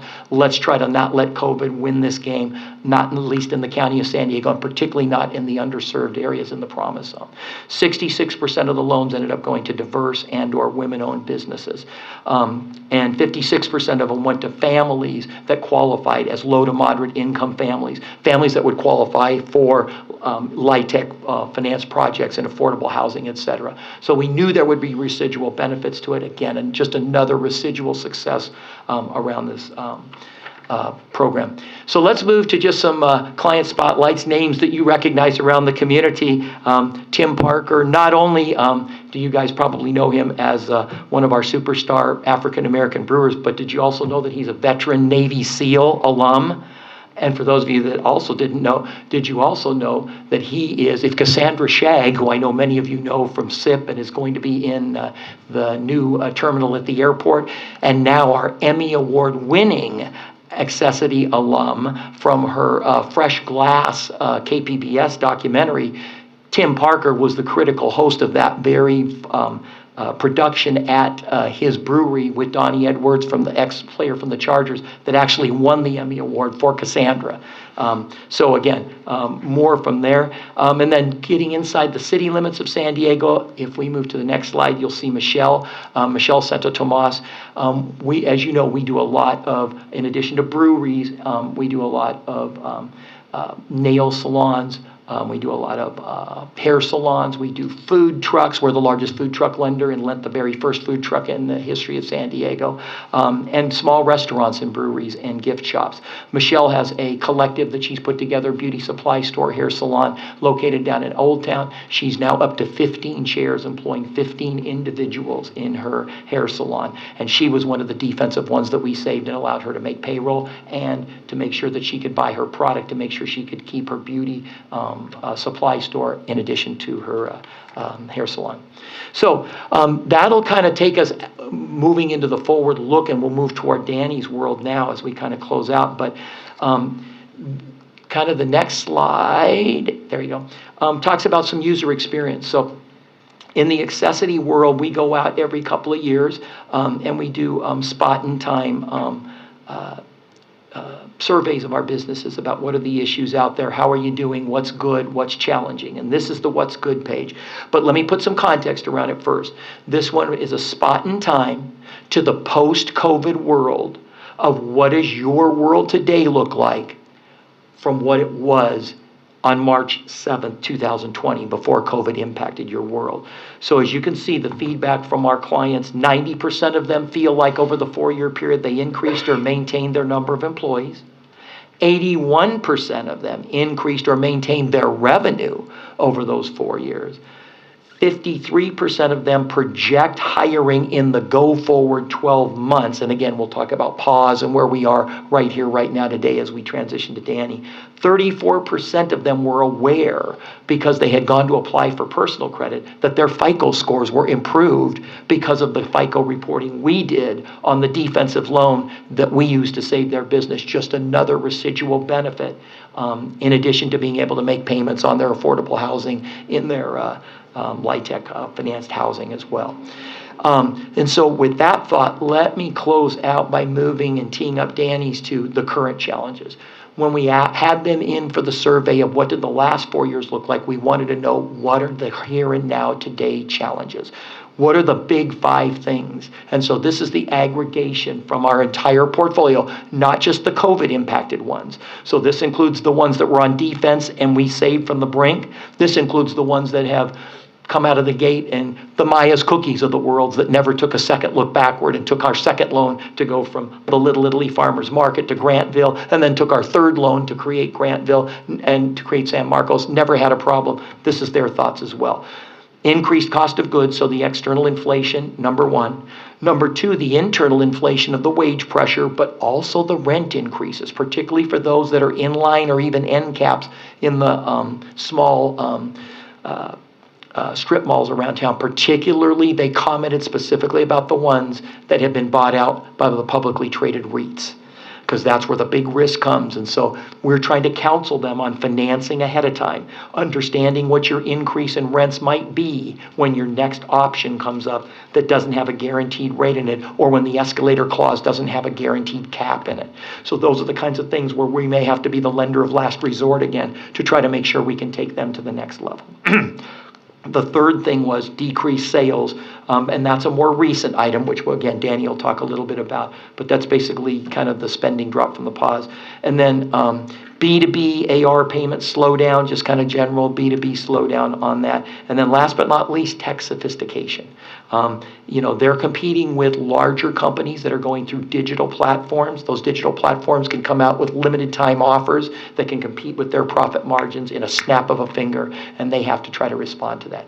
So those were the big 5 things from there. And last but not least, on my last chart as we go away, that's Lou's from one of our Las Tias food truck. And let me just remind you that on October 17th will be our 30th anniversary celebration of the Accessity World, formerly known as Axion. And let me also comment, because it came up, the question about the flood impact. We had 2 of our employees in the building at Market Creek Plaza that day. They both lost their cars as the trash can came floating down the large and knocked both of their cars out. So they both had to replace cars, and they both had 2 sets of contaminated and soiled clothing that they had to replace when they waited out under our evacuation plan, etc. Other than that, interestingly enough, we've only had 2 small businesses come to us saying that because of personal situations, because of their personal homes, that their entrepreneurial world has been impacted, and so we've restructured existing loans for them. Other than that, that's been the only impact of the flood. And with that, let me transition and hand it over to Danny. All right, I know we have a bit of a time challenge here, so I'm just going to kind of give a little bit of information, and certainly a lot of the more detail is certainly available. So just real quick, this is just kind of who we are, what we did. This is what we did in 2023. Really, we're regional for San Diego and Imperial counties. We have a team of about 120, predominantly expert advisors speaking over 10 different languages. There you can kind of see a little bit of the demographic breakdown. In terms of the overall impact, over a $1 billion economic impact in 2023. The interesting thing is though it's important to understand the vast majority of that capital access was actually in equity financing, which is something we significantly do assist people with in a variety of ways. But let's talk about kind of some of the detail that we put together. Every about 5 years, we do a needs assessment with the San Diego Regional EDC. We did this one just earlier this year. We were able to complete it, release this information in June. This is just going to be a snapshot of some of that information. If, at any point in time you need the much more greater detail, happy to provide that. I did provide it at the city's Economic Development Committee meeting in June, and then a number of other different venues.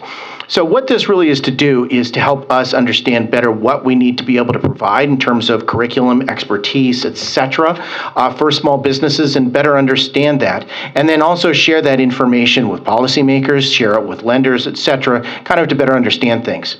So the survey was done, and it was intentionally done not with Small Business Development Center clients. We actually did not send out this survey. We worked with the research team at the regional EDC. They contracted BW Research to be able to do that, and you can kind of see who was particularly surveyed with that information. The vast majority were done via phone. Some were done in languages other than English. So the big one is, this is the big question we ask, which is what are those core challenges that folks are seeing? In 2018, when we did this, the top 2 were securing necessary funding and access and increasing their sales. Then this year, it was very interesting that 2 of the top 3 all related around staffing. The serious challenges folks are in terms of recruiting, retaining, keeping qualified staff is a really big problem.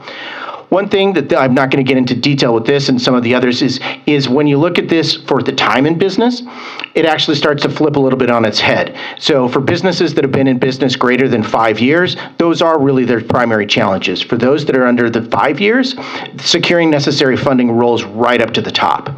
But then also to dovetail some of what Gordon was talking about, the affordable office space and commercial space continues to be an issue, as well as many different other types of core areas along with that.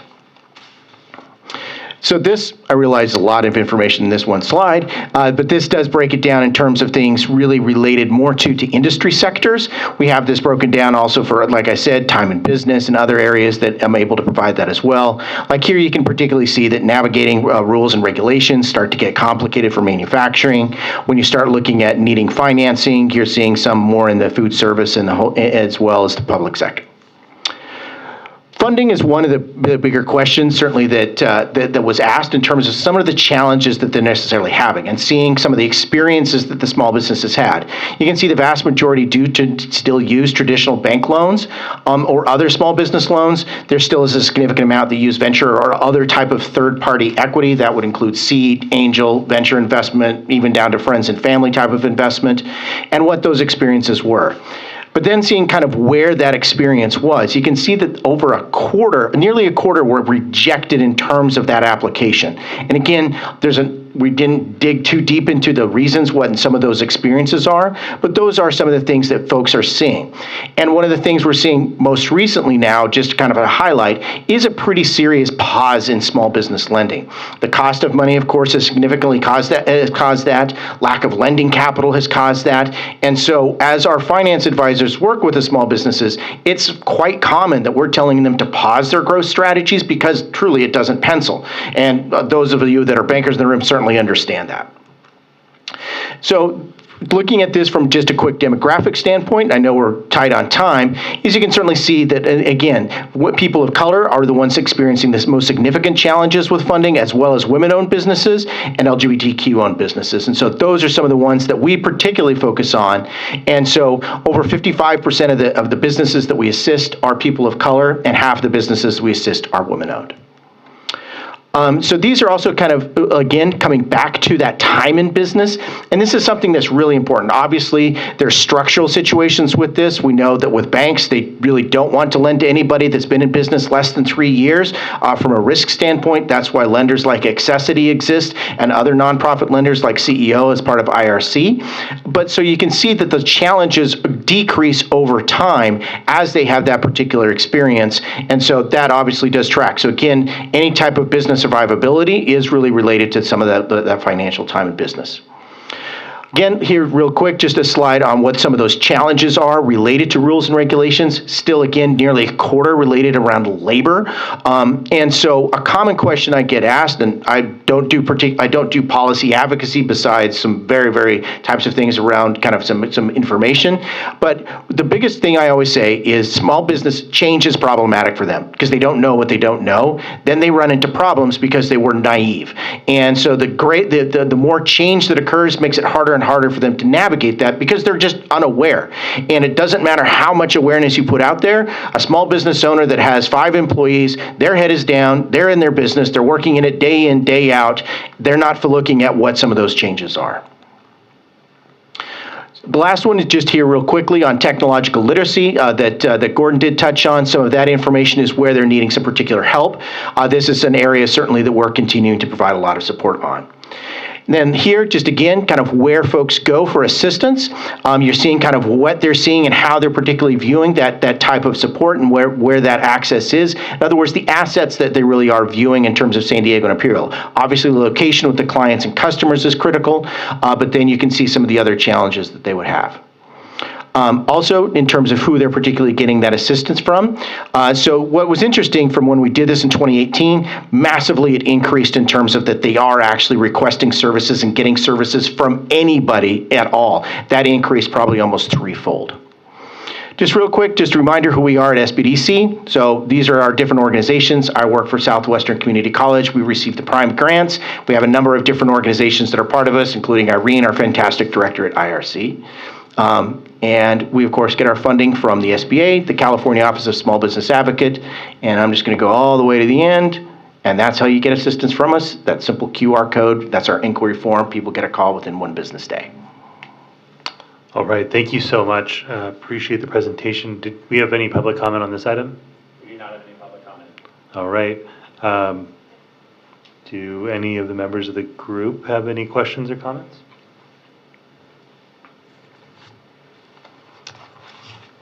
All right. I appreciate the presentation. Lots of really good and important stuff there. Glad to see that those investments are being made.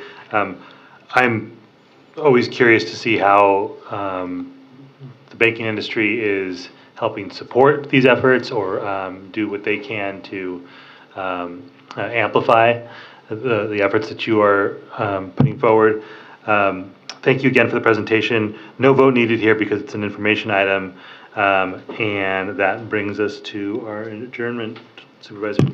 I was going to tell you can just adjourn, but we are adjourned. Thank you, everyone. It's 4:03. Thank you.